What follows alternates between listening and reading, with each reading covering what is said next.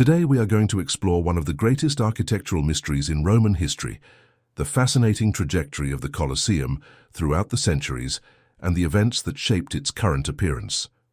Before continuing with the video, remember to subscribe to the channel for more documentary narratives like this one. The afternoon sun bathes the limestone ruins that rise in the heart of Rome. There, imposing even in its fragmented state, the Colosseum remains as a silent testament to nearly 2 millennia of human history. Millions of visitors arrive every year to contemplate this extraordinary structure. And inevitably, a question arises in everyone's mind. Why is half of this monument intact, while the other half seems to have been devoured by time? The answer to this question leads us on a journey through the centuries, revealing a complex plot of natural catastrophes, human ambition, religious faith, and the inexorable forces of nature. To understand how the Colosseum reached its current state, we first need to return to its origins, to a time when Rome was the center of the known world, and its emperors sought to eternalize their power through grandiose monuments. The year was 72 AD when Emperor Vespasian ordered the construction of a new amphitheater to begin. The chosen location carried a powerful symbolism. Where there once existed an artificial lake, part of Nero's extravagant palace known as the Domus Aurea, there would now arise a space dedicated to the Roman people. It was a calculated gesture of imperial propaganda, a way for Vespasian to distance his Flavian dynasty from the memory of the unpopular Nero and regain the trust of Roman citizens. The construction of the Flavian amphitheater, as it was officially known, represented one of the greatest architectural undertakings of antiquity. Approximately 60,000 workers, many of them Jewish slaves captured during the siege of Jerusalem in 70 AD, labored for nearly a decade to erect the structure. Roman engineers demonstrated extraordinary mastery in choosing materials and developing innovative construction techniques. Travertine stone, extracted from the quarries of Tivoli and transported via a road specially built for this purpose, formed the external walls and the main pillars. More than 100,000 cubic meters of this white limestone were employed in the construction, joined not by mortar, but by 300 tons of iron clamps. Volcanic tuff composed the secondary structures, while Roman concrete, a revolutionary invention for the time, was used in the foundations and internal arches. When Vespasian passed away in 79, the construction had already reached the 3rd floor. His son and successor Titus completed the work and inaugurated the amphitheater in the year 80 with a celebration of a magnitude never seen before. For 100 consecutive days, games and spectacles were offered to the Roman people. Ancient historians report that 9,000 wild animals were killed during this inauguration alone. The Colosseum could accommodate between 50 and 80,000 spectators, making it the largest amphitheater in the Roman world and an impressive demonstration of the power and sophistication of the empire. Domitian, Titus's younger brother, added important modifications to the structure. It was he who ordered the construction of the Hippodrome, the complex labyrinth of tunnels and subterranean chambers that extended beneath the arena. This ingenious system allowed animals and gladiators to emerge dramatically through trapdoors and elevators, surprising the audience with spectacular appearances. Approximately 60 vertical elevators connected the underground to the surface of the arena, operated by a complex system of pulleys and counterweights. It was a stage of epic proportions, where the impossible seemed to become reality. For nearly 5 centuries, the Colosseum was the setting for the most impressive and brutal spectacles of the Roman world. The games followed a carefully structured schedule that occupied the entire day. In the morning, the Venationes attracted crowds eager to witness hunts of exotic animals. Creatures brought from the far reaches of the empire, lions from Africa, tigers from Asia, bears from European forests, elephants, rhinoceroses, hippopotamuses, and crocodiles, were placed in the arena to be slaughtered by trained hunters, called venatores. The sets were elaborately constructed to simulate forests, deserts, and other natural environments, transforming the interior of the amphitheater into exotic landscapes that transported spectators to distant lands. At midday, the tone of the spectacles changed dramatically. It was the moment of public executions, when condemned criminals faced terrible deaths in the arena. Some were simply exposed to hungry animals in a spectacle called damnatio ad bestias. Others participated in elaborate mythological reenactments, representing legendary figures whose tragic fates were reproduced with mortal fidelity. Prometheus, chained to a rock while an eagle devoured his entrails. Orpheus, torn apart by raging maenads. These myths came to life in a literal and bloody way in the heart of Rome. The climax of the day arrived with the gladiatorial combats during the afternoon. These trained warriors, many of them slaves or prisoners of war, represented the pinnacle of Roman entertainment. Before each combat, the gladiators paraded through the arena and saluted the emperor with the phrase that would echo through the centuries. Armed with swords, tridents, nets, and shields, they fought in individual duels or in groups, while the crowd determined with their thumbs and white handkerchiefs the fate of the defeated. Contrary to what popular culture suggests, most combats did not end in death.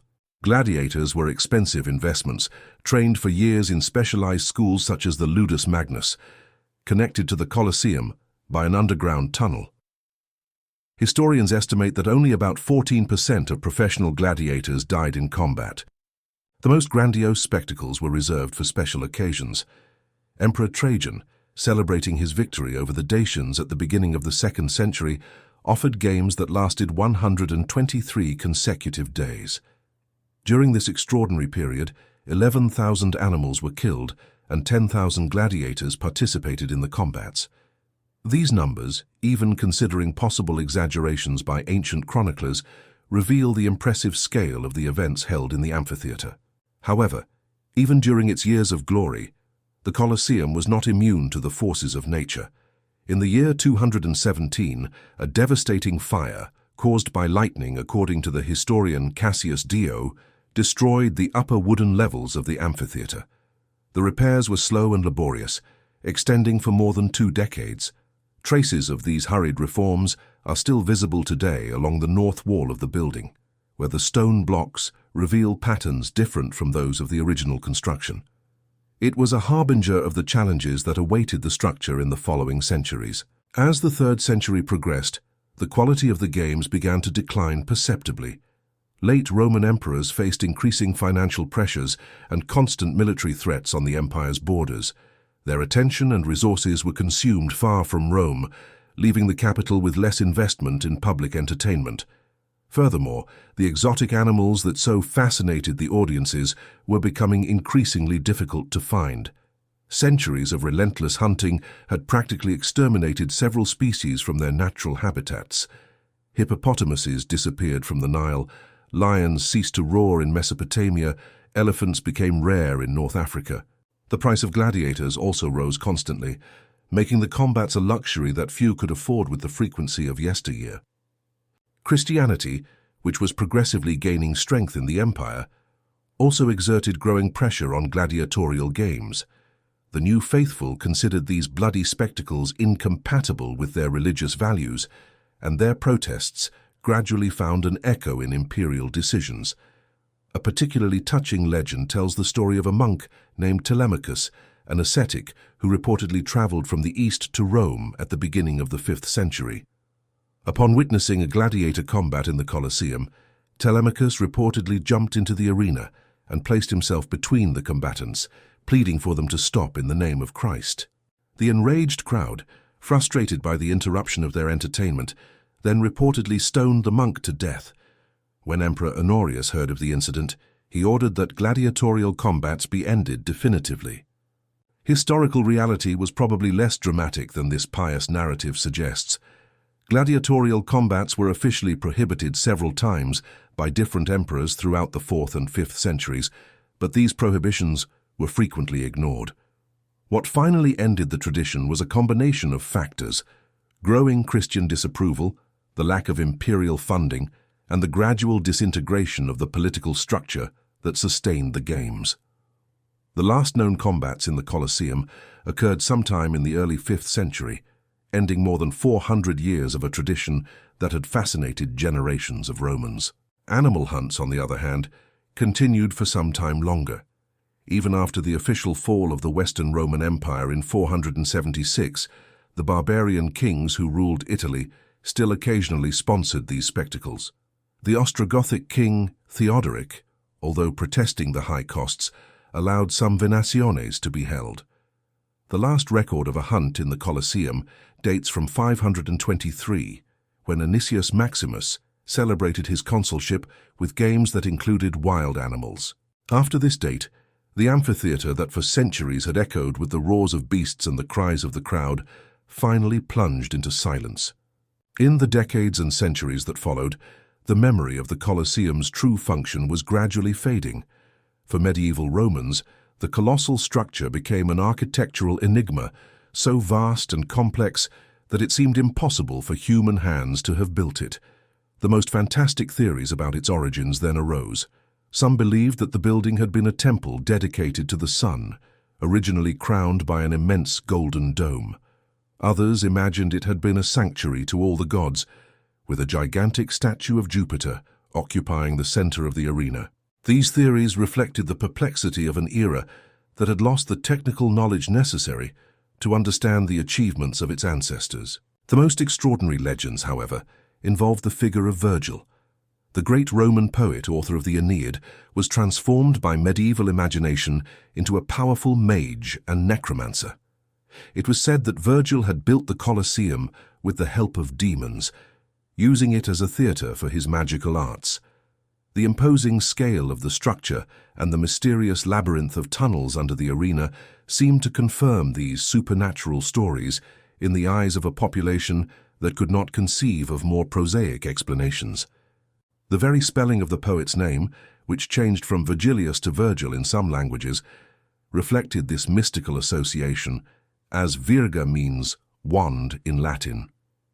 In the medieval mind, the poet had become a sorcerer, and his supposed most impressive creation was that haunted amphitheater in the heart of Rome. While legends multiplied, the physical reality of the Colosseum progressively deteriorated. Earthquakes, a constant in the geological history of the region, caused repeated damage to the structure. A series of tremors during the 5th century severely damaged the arena and the podium, requiring repairs that were carried out during the reigns of Theodosius II and Valentinian III.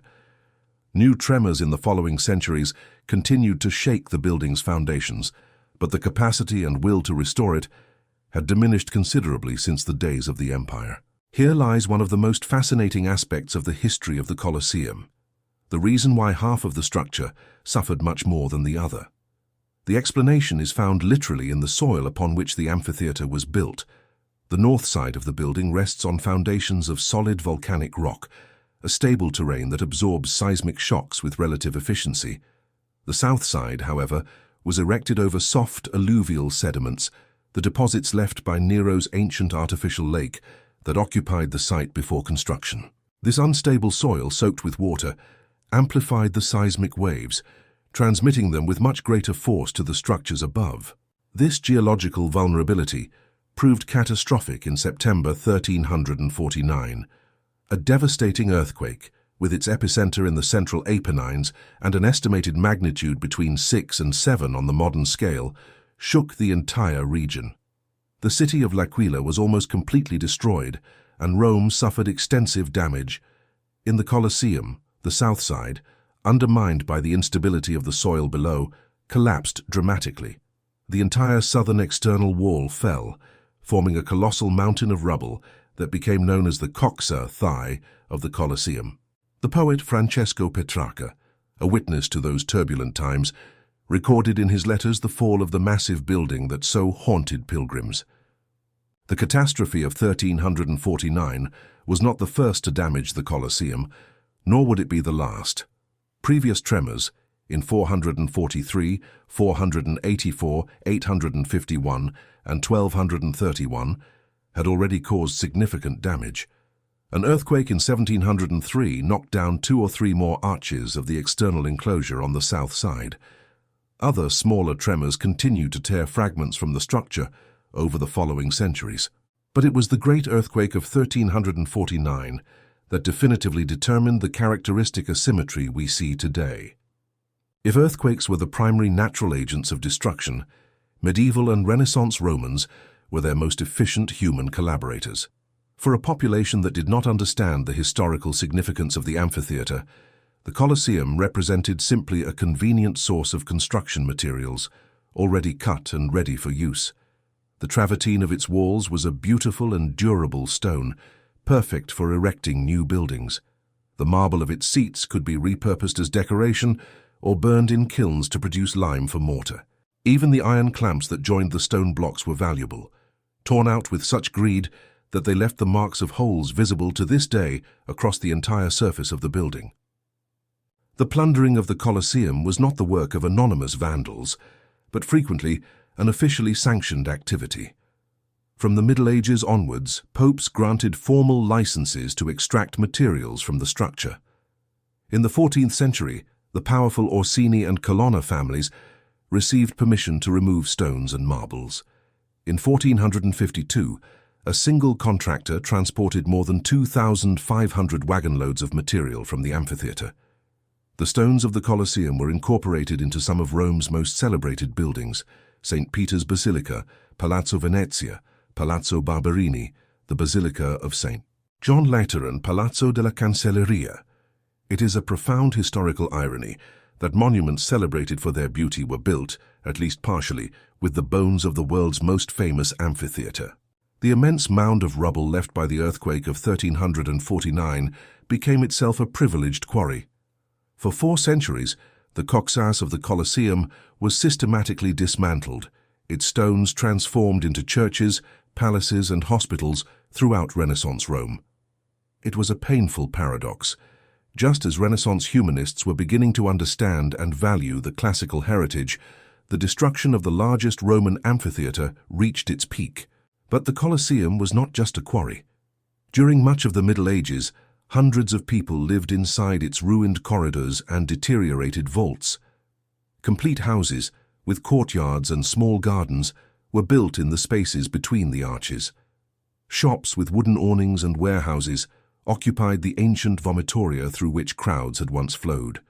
Stables housed pack animals, makeshift churches offered religious services, and at one point a complete fortified palace rose within the structure. In the 12th century, the powerful Frangipani family took control of the Colosseum and transformed it into a fortress. They blocked entrances, fortified the arches, and erected watchtowers. From their base within the amphitheater, they controlled strategic routes between the Lateran Palace and the Palatine, exercising considerable power over Roman politics. The Frangipani fortress occupied 11 arcades on the first and second levels of the northeast side, taking advantage of the elevated position for maximum visibility and defense. The echoes of battle replaced the cries of the crowd. Where gladiators had once dueled, medieval mercenaries now stood guard. The Frangipani did not maintain their dominance indefinitely.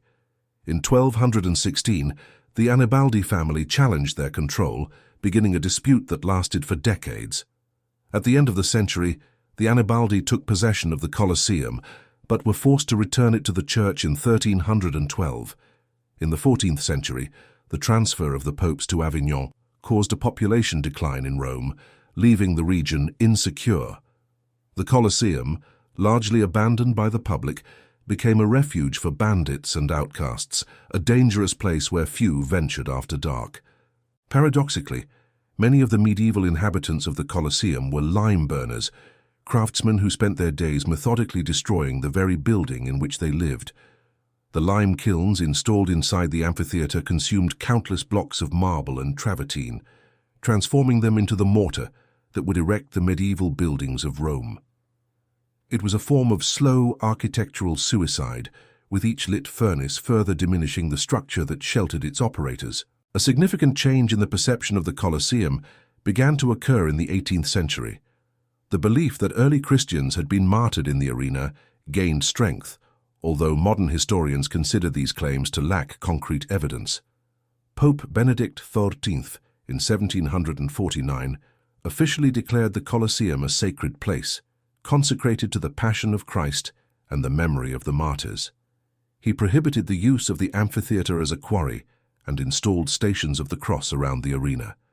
For the first time in centuries, the Colosseum received significant institutional protection against depredation. But if the south side of the Colosseum suffered more from earthquakes and plundering, why did the north side remain relatively intact?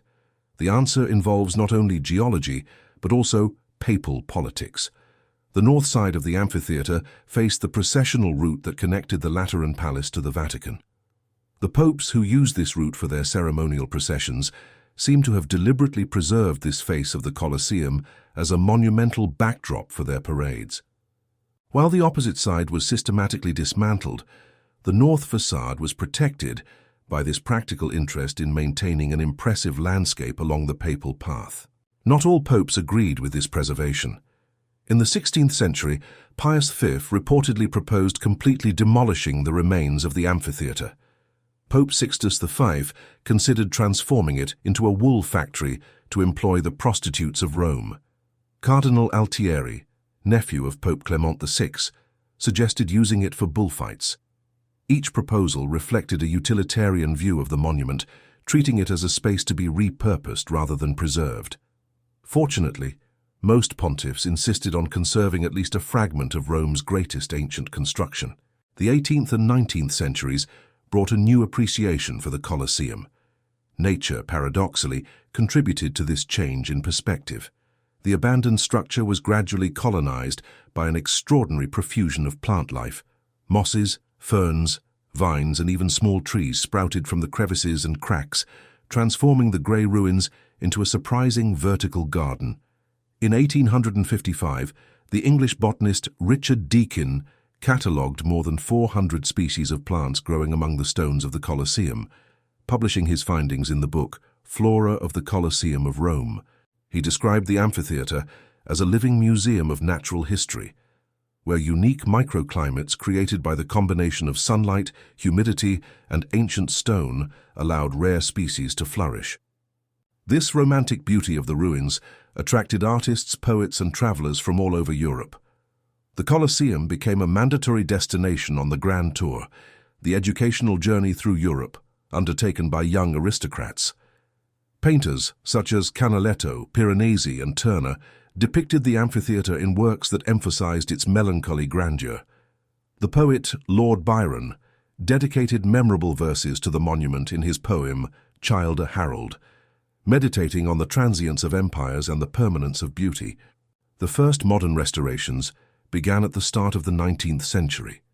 Pope Pius VII ordered stabilization works in 1807, adding triangular brick buttresses to support the external walls that threatened to collapse. New repairs were carried out in 1827, 1831, and 1846.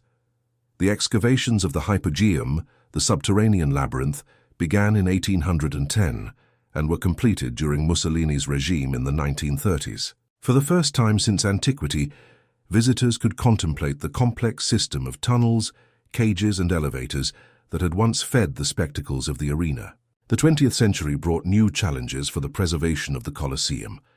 Motor vehicle traffic on the surrounding streets caused constant vibrations that threatened the already fragile structure. Atmospheric pollution slowly corroded the surface of the travertine, darkening the white stones with soot deposits. Restoration efforts intensified in recent decades, including a recent project to clean the facade that cost approximately €25 million and returned something of their original luster to the stones. Today, the Colosseum receives approximately 7 million visitors annually, making it one of the most popular tourist attractions in the world. It was included among the new 7 Wonders of the World in 2007, a belated recognition of a monument that spent centuries being dismantled and despised. Every Good Friday, the Pope leads a Stations of the Cross procession around the arena, keeping alive the tradition established by Benedict XIV nearly 3 centuries ago. A Christian cross remains installed at the site, accompanied by a plaque declaring the amphitheatre purified of idolatry and dedicated to the suffering of martyrs. The scars of the Colosseum tell stories of nearly 2 millennia. The holes that dot its walls mark where the iron clamps were torn out. The differences in coloring between the blocks reveal repairs carried out at different times. The complete absence of the south side witnesses both the fury of earthquakes and the greed of looters, and the permanence of the north side celebrates the fortuitous conjunction of favorable geology and papal interest. As one historian wrote, the Colosseum was never truly dead, only continuously reborn in the image of those who claimed it. And so we reach the end of this journey through time, contemplating a monument that is simultaneously a testament to Roman imperial grandeur and a memorial of its fall, a stage for brutal spectacles and a sanctuary of faith, a plundered quarry and a protected treasure. The Colosseum remains not despite its imperfections but largely because of them. Its characteristic asymmetry, with one imposing side and the other devastated, is a permanent reminder that even the greatest human creations are subject to the forces of nature and the vicissitudes of history. The next time you contemplate an image of the Colosseum, or have the opportunity to visit it in person, observe the contrasts carefully. Note how the north wall rises proudly in its 3 rows of arches, while the opposite side exposes the internal corridors to the open sky. Imagine the millions of spectators who once packed those seats, now gone, to watch spectacles that today we consider unimaginable. Think of the medieval lime burners, living among ruins they did not understand, slowly destroying their own dwelling. And remember that those missing stones did not disappear, but were transformed into churches, palaces, and monuments scattered throughout Rome, carrying with them fragments of the oldest history. The Colosseum is more than an archaeological monument. It is a palimpsest of stone, where each era inscribed its own story over the layers left by previous ones. It is a mirror of humanity in all its contradictions, revealing both our capacity to create wonders and our tendency to destroy them. And it is, above all, a survivor, a silent witness that continues to speak to those willing to listen. Thank you for joining us in this exploration of the fascinating history of the Colosseum in Rome. If this documentary sparked your curiosity about other mysteries of antiquity, or if you simply want to continue discovering the extraordinary stories that shaped our world, don't forget to subscribe to our channel. Each subscription helps us produce more content like this, bringing you narratives that deserve to be told and preserved. Also, leave your comments sharing your impressions, questions, or suggestions for future themes. And if you know someone who loves history as much as we do, share this video. Together we keep alive the memory of the great monuments and the stories they hold. Until the next journey through time.